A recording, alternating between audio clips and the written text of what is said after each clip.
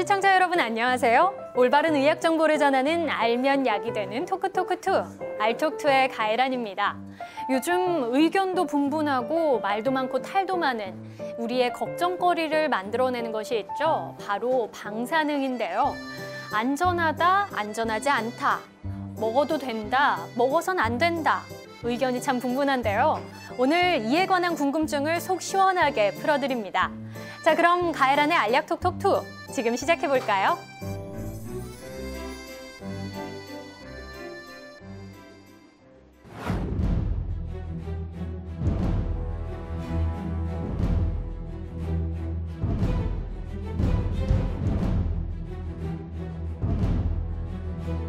우리가 그냥 이렇게 일상생활을 하면서도 수시로 방사능에, 방사성 물질에 노출이 된다는데? 우리 먹는 음식에도 다 방사능이 다 들어있죠. 우리가 먹고 있는 음식에요? 네. 우리가 인위적으로 하는 뭐 CT 촬영이라거나 엑스레이 촬영 같은 경우에는 엑스레이로 찍는 사진을 하더라도 굉장히 천차만별입니다.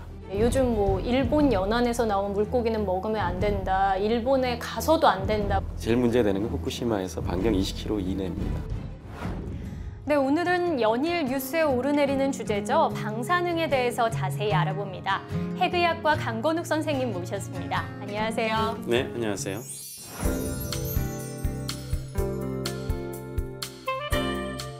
네, 요즘 정말 이 이야기 안 하는 곳이 없는 것 같은데요. 우선 방사능이라고 말도 하고 방사선이라고도 하고 방사성 물질이라고도 하는데 어떤 게 맞는 거고 어떤 차이가 있는 건가요? 네, 다 틀린 말 아니고 다 맞는 말이고요. 네네. 이제 방사선이라는 것은 이제 어떤 에너지의 흐름이거든요. 그것이 이제 입자일 수도 있고 이제 엑스레이라든지 감마레이라든지 이런 광자일 수도 있고 그렇습니다. 이제 그것을 내는 능력을 가진 걸 이제 방사능이라 그러죠. 근데 방사능을 가진 물질이 이제 방사성 물질입니다. 그러니까 방사능을 선을 내는 성질을 띤 물질이라 이런 뜻입니다. 그러면 우선 우리가 뭐 방사성 물질이라고 하면 뭐 따질 것도 없이 무조건 위험하다라고 이야기를 하는데 실제로 이렇게 이점은 하나도 없이 다 위험하기만 한 건가요? 예, 아직까지는 그 방사선 자체가 우리 몸에 이제 이롭다라는 이런 알려진 것은 없습니다. 여러 가지 이제 실험상에서 좀 이런 알려진 것들이 있지만 그게 이제 증명이 제대로 되지는 못했거든요. 그렇다고 해서 이제 아주 낮은 선량에서 또 해롭다라는 것도 안 알려져 있지는 않습니다. 그래서 선량이 지금 알려져 있는 것은 좀 이제 강한 선량 이상에서 이제 알려져 있는데 그것이 이제 일본의 원폭 피해자들 대상으로 지금 수십 년간을 이렇게 쭉 지켜본 결과 이제 암 발생률이 이제 증가된다는 것이죠. 그 수치라는 것이 이제 단위로 얘기하면 100mSv 정도 되면 대략 한 1000명 중에서 한 5명 정도가 암을 발생하는 것으로 지금 알려져 있습니다. 그런데 걱정인 것이 우리는 뭐 불의의 사고로만 인해서 방사성 물질에 노출이 된다고 생각을 했었는데 이렇게 일상생활을 하면서도 방사능에 노출이 된다면서요? 그렇습니다. 뭐 예를 들어서 태양에서도 방사능이 내려오고요. 그 다음에 우리 먹는 음식에도 다 방사능이 다 들어있죠. 우리가 먹고 있는 음식에요? 네. 왜냐하면 우라늄이라는 게 다 존재하고요, 지표면에. 그러고 여기서 또 파생된 여러 가지 라돈이라든지 또는 칼륨이라든지 칼륨 중에서 칼륨 40이라는 게 이제 가장 음식 중에 많은 방사선인데요. 네. 그걸 우리가 다 섭취하게 됩니다. 그러니까 우리 몸속에 다 들어와 있고요. 근데 그 양이라는 것이 이제 어느 정도 양이냐라는 건데 그것은 그 음식마다 조금씩 다 다릅니다.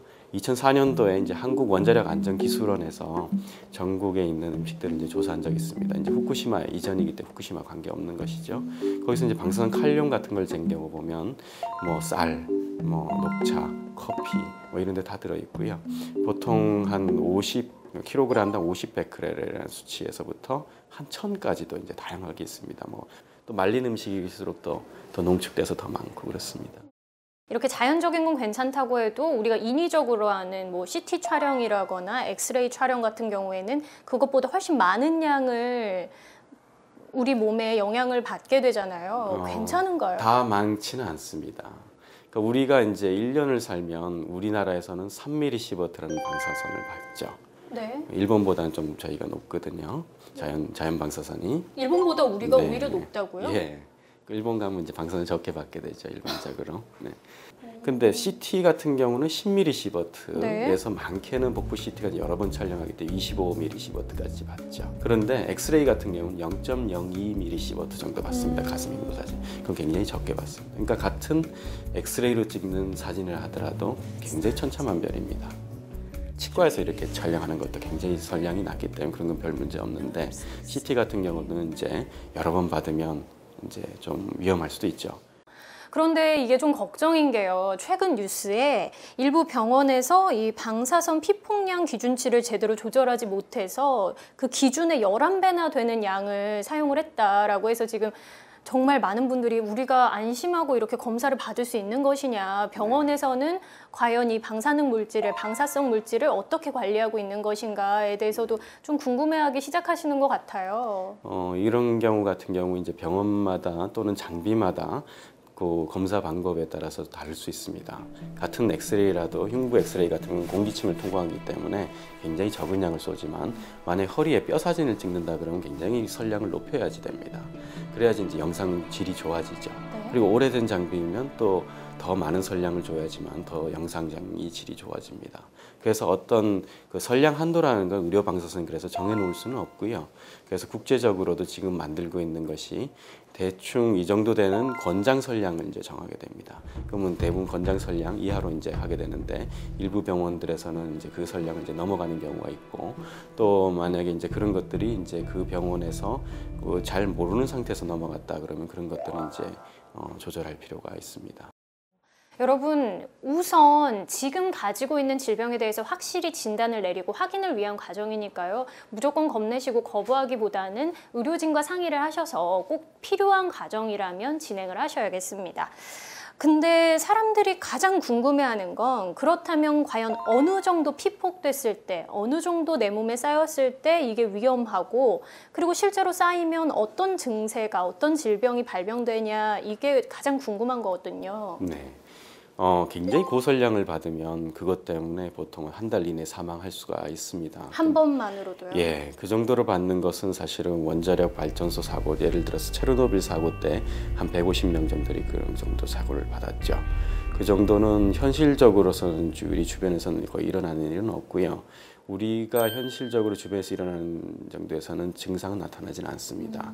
그런데 이제 보통 아까 얘기했듯이 100mm 시버트 정도를 받으면 1000명 중에서 5명 정도가 나중에 암이 발병한다. 라는 건 지금 이제 알려졌고요. 지금 최근에는 이제 암뿐만 아니라 뭐 심장 질환이라든지 다른 질환들도 다른 정상인에 비해서는 뭐 한 20%나 30% 더 증가된다. 이런 이제 보고들도 이제 나오고 있습니다. 그럼 뭐 우리가 보통 일상적으로 생활하는 데는 크게 걱정은 안 하셔도 된다는 거네요. 그렇죠. 걱정을 해야 될 때가 되면 아마 정부나 여러 데서 걱정을 해야 하고 이런 식으로 해야 된다 이렇게 얘기할 겁니다. 예를 들어서 우리나라에서 후쿠시마 같은 사고, 원자로 사고가 났다. 그러면 당장 걱정을 해야 되죠. 그러니까 그런 예. 정말 일어나기 힘든 사고가 일어나지 않는 이상은 사는데 지장이 없는 거네요. 영향력을 미치지 않는 거네요. 그러니까 예를 들어서 이제 그렇다고 해서 이제 100% 아니다라고 얘기할 수 없는 것이 외국의 몇몇 사례들이 있습니다. 방사선 사고가 난 사고들이. 그러니까 원자력 발전소가 아닌 방사선 사고. 예를 들어서 브라질에서 이제 일어난 일인데요. 방사선 치료 장비를 그냥 고철장에다 버렸어요. 그런데 그 안에는 이제 방사선 세슘이 굉장히 고량이 들어 있었죠.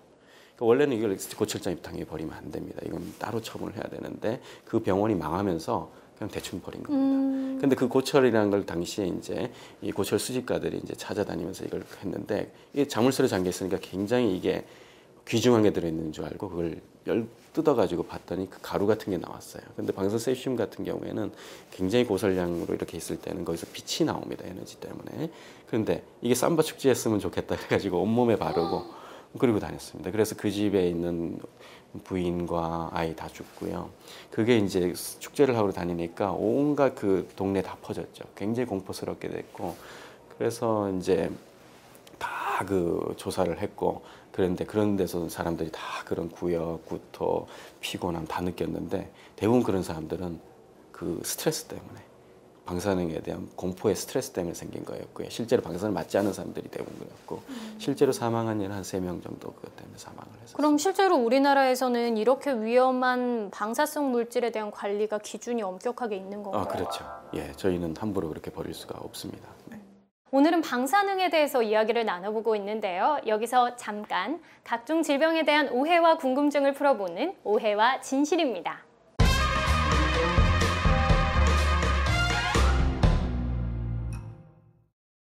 네, 오늘의 오해와 진실, 방사능에 노출되면 기형아, 기형 동식물이 생긴다. 실제로 그런가요?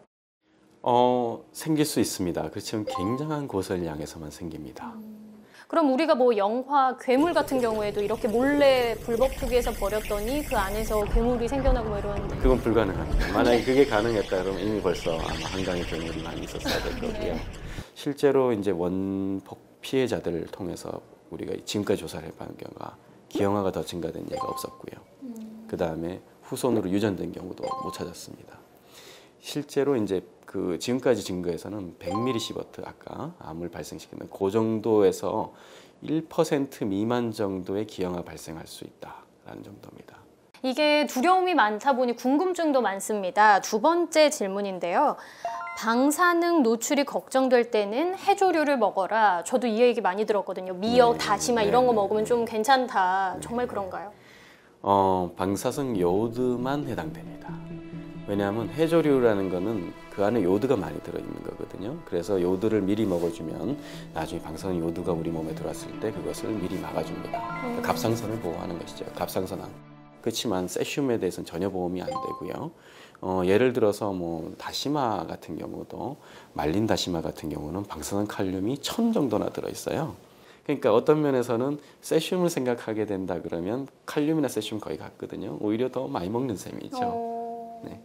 네, 여러분 우리가 방사능에 대해서 가지고 있었던 걱정들은 대부분 기후였던 것 같으니까요. 너무 많이 걱정하시지 않아도 될 것 같습니다. 오늘은 방사능에 대해서 자세히 이야기 나눠보고 있는데요. 여기서 보고 갈 것이 있죠. 우리 몸을 더 건강하게 하는 알약 튼튼입니다.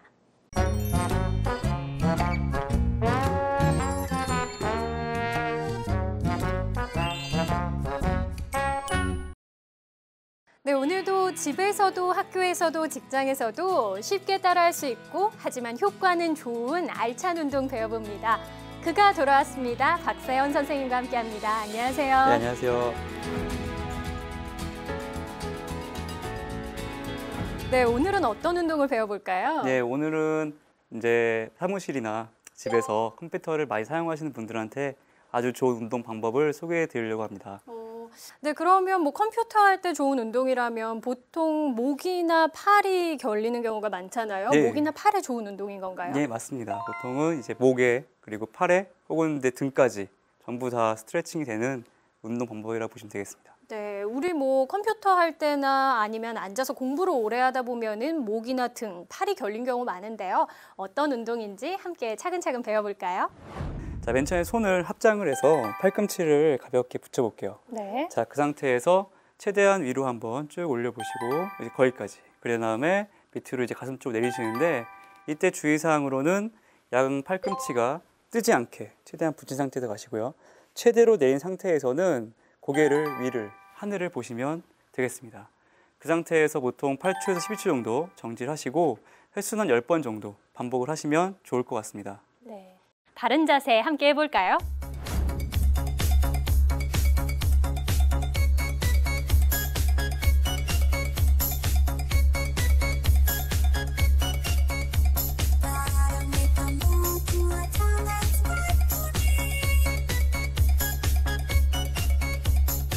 꾸준한 운동으로 우리 건강하게 살아요.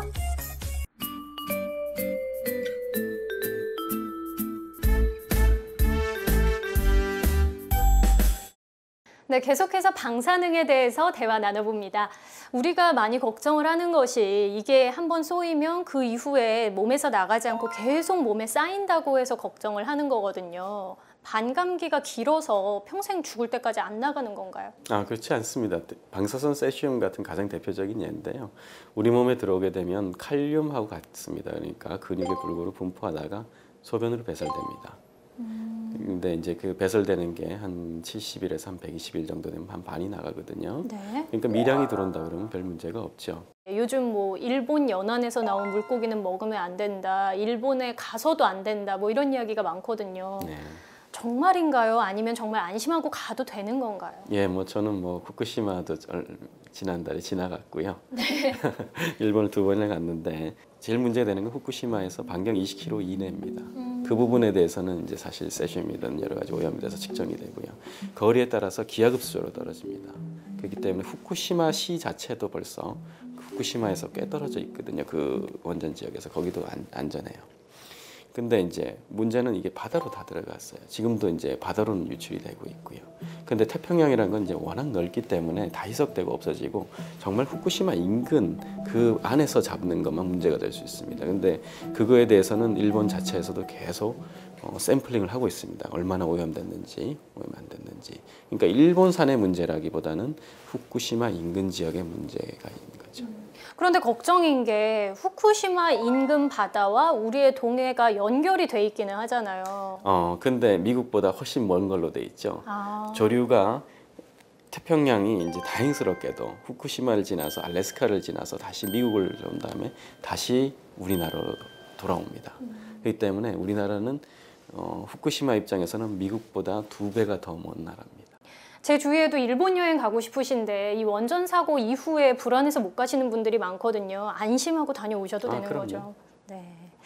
요즘에 그런데 이렇게 안심해도 된다고 하는데도 농수산물, 특히나 동해에서 나오는 수산물은 물론이고 그냥 일반적인 수산물 전체에 대해서까지 불안해하시고 의심하셔서 그 판매량이 부쩍 줄었다고 하는데 정말 절대 걱정 안 하셔도 되는 건가요? 그러니까 예를 들어서 수산물에 지금 보면 국산은 이미 뭐 검출된 예가 없고 일본산 중에서 일부 검출이 돼서 그것 이제 기준치 미만이 돼서 이제 유통된 경우도 있죠.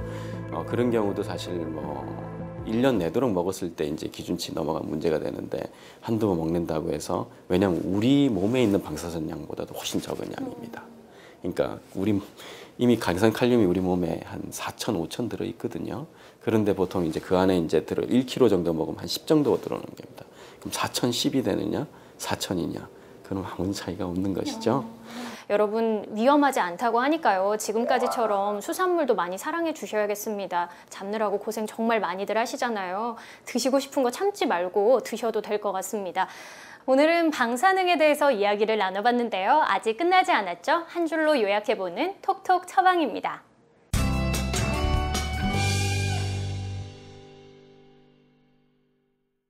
네, 오늘의 톡톡 처방, 일상생활에서 노출되는 방사능은 건강에 해롭다, 해롭지 않다. O인가요? X인가요? 해롭지 않다. 네. 그렇습니다. 왜냐하면 일상생활에 우리가 늘 노출되는 것은 우리도 모르게 노출이 되고 있고요. 예를 들어서 우리가 3mm 시버트 받는다고 하지만 노르웨이라든지 스웨덴 내지는 북유럽 같은 경우는 7 정도를 받습니다. 그런데 그 나라 사람들이 우리나라 사람보다 암 발생률이 높냐? 그렇지 않거든요. 더 낮습니다. 그렇기 때문에 그 정도 수치에서는 인간과 모든 동식물들이 다 적응하고 살았죠. 우리가 그동안 방사능에 대해서 몰랐기 때문에 너무 겁을 많이 낸 게 아닌가 싶습니다. 물론 불의의 사고로 인해서 많은 양이 피폭됐을 때는 위험할 수 있지만 우리가 일상생활을 하는 데 있어서는 위험성이 거의 없다고 볼 수 있으니까요. 너무 걱정하지 마시고 마음 편히 생활하시기 바랍니다. 대한의사협회와 함께하는 알력톡톡 오늘은 여기까지고요. 다음 주에 뵙겠습니다. 수고하셨습니다. 네, 감사합니다. 알톡토의 가혜란입니다. 요즘 말도 많고 탈도 많은 걱정거리가 하나 있죠. 바로 방사능인데요. 그러니까 걱정은 안 하셔도 되는 거죠. 여전히 불안합니다. 그러니까 우리가 소금 배가를 먹고 있으면서 하나를 더 넣었다고 그렇죠. 짜게 먹어서 암 걸린다고 얘기하는 그 거예요. 얘기는 똑같은 게. 네, 맞습니다. 네, 아유 괜히 걱정했네. 일본 마음껏 가야겠네요.